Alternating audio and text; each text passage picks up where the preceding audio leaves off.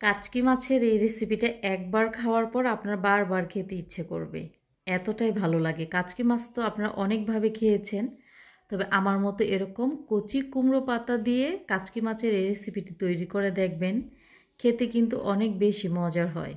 তো এখানে কিছু কচি চাল কুমড়ার পাতা নিয়েছিলাম আর পাতাগুলো কুচি করে কেটে নিয়েছি। নেওয়ার পর একটি পাত্রে নিয়ে নিচ্ছি। তারপর এখানে নিয়েছি পেঁয়াজ কুচি, কাঁচামরিচ কুচি। আমি একটু ঝাল ঝাল তৈরি করব, তাই কাঁচামরিচের পরিমাণটা একটু বাড়িয়ে দিয়েছি।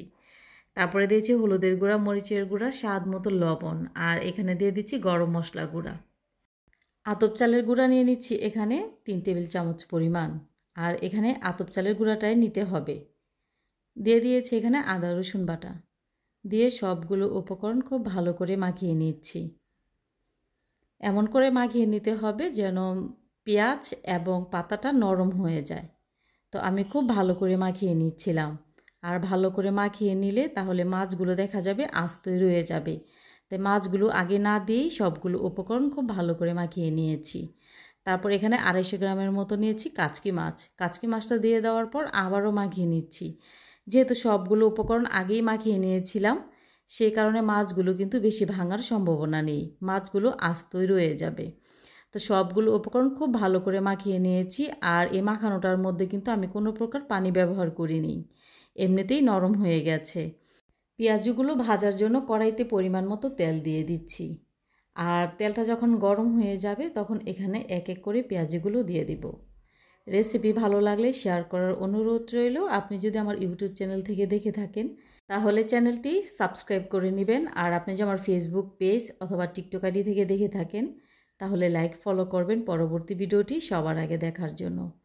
উল্টে পাল্টে পেঁয়াজগুলো ভাজা করে নিয়েছি। আর পেঁয়াজগুলো ভাজতে কিন্তু আমি মিডিয়াম আঁচে তারপরে ভাজা করে নিয়েছি।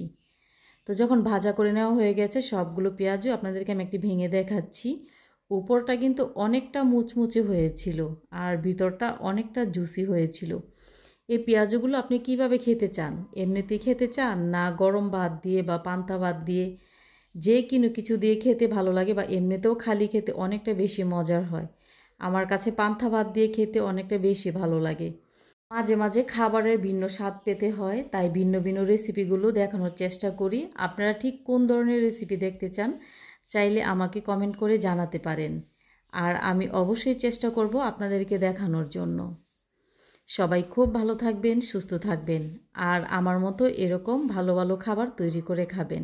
ভালো খাবার তৈরি করতে কিন্তু বেশি খরচ হয় না, অল্প খরচেই কিন্তু ভালো ভালো খাবার তৈরি করে খাওয়া যায়।